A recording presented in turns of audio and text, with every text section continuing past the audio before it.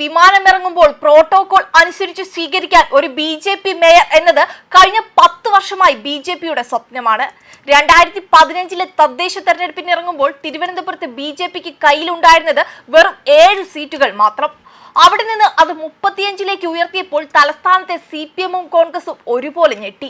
2025 ചുവപ്പുകോട്ടകളെല്ലാം തകർത്ത് താമര വിരിയിച്ച് വമ്പൻ മുന്നേറ്റമാണ് ബി.ജെ.പി. ഇന്ന് നടത്തിയിരിക്കുന്നത്.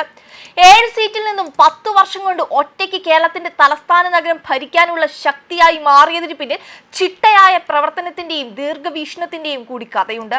പ്രധാനമന്ത്രി നരേന്ദ്രമോദിയെ തിരുവനന്തപുരത്ത് എത്തിക്കുമെന്നതടക്കം പ്രചരണത്തിൽ ആവർത്തിച്ച് പറഞ്ഞതാണ് ബി.ജെ.പി. വോട്ട് നേടിയത്.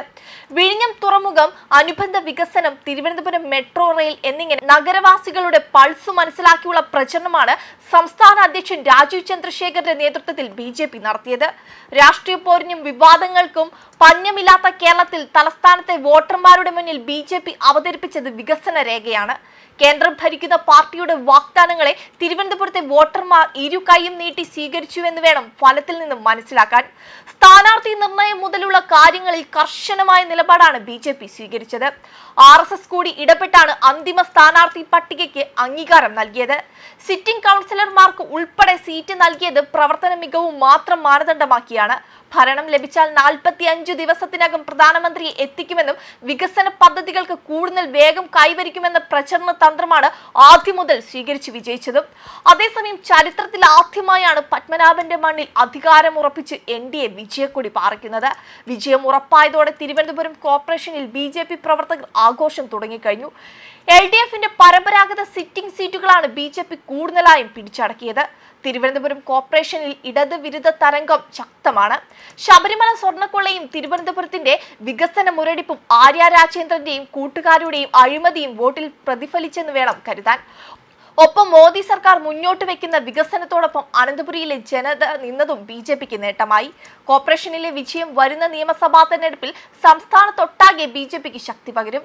അതേസമയം LDF ശക്തി കേന്ദ്രങ്ങൾ ഉൾപ്പെടെ വൻ തിരിച്ചടിയാണ് നേരിട്ടത്. സംസ്ഥാനത്താകെ 244 വോട്ടെണ്ണൽ കേന്ദ്രങ്ങളാണുള്ളത്. തപാൽ വോട്ടുകളാണ് ആദ്യം എണ്ണിയത്. 2 ഘട്ടങ്ങളായി നടത്തിയ തെരഞ്ഞെടുപ്പിൽ ആകെ 73.69% പേരാണ് വോട്ട് ചെയ്തത്. 2.10 കോടിയിലധികം പേരാണ് വോട്ട് രേഖപ്പെടുത്തിയത്. അപ്രതീക്ഷിത തിരിച്ചടിയാണ് LDF നേരിട്ടത്. ഭരണ നേട്ടങ്ങളിൽ ഊന്നിയായിരുന്നു പ്രചരണം. മുഖ്യമന്ത്രി പിണറായി വിജയനായിരുന്നു കേന്ദ്ര ബിന്ദു. പെൻഷൻ വർദ്ധിപ്പിച്ചതും സ്ത്രീ സുരക്ഷാ പെൻഷൻ പ്രഖ്യാപിച്ചതും പ്രചരണ ആയുധമായി ഉപയോഗിച്ചു.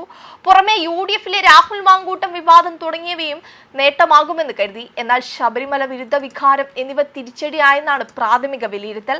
തദ്ദേശ തെരഞ്ഞെടുപ്പിൽ നേട്ടമാകുമെന്ന പാർട്ടി വിലയിരുത്തലിൽ നിന്നാണ് അപ്രതീക്ഷിതമായ തകർച്ച നേരിട്ടതെന്നും ശ്രദ്ധേയം. അതേസമയം ശബരിമല ഭരണപരാജയം എന്നിവ മുൻനിർത്തിയായിരുന്നു UDF പ്രചരണം. തദ്ദേശ സ്ഥാപനങ്ങളിലെ വിവിധ സേവനങ്ങളുടെ ഫീസ് വർധന, വിലക്കയറ്റം തുടങ്ങിയ UDF പ്രചരണായുധമാക്കി. രാഹുൽ മാങ്കൂട്ടം വിഷയം ശബരിമല സ്വർണ്ണപ്പാളി വിവാദം ഉപയോഗിച്ച് പ്രതിരോധിച്ചത് ഫലം കണ്ടുവെന്നാണ് സൂചിപ്പിക്കുന്നത്. വെബ് ഡെസ്ക് കർമ്മ ന്യൂസ്.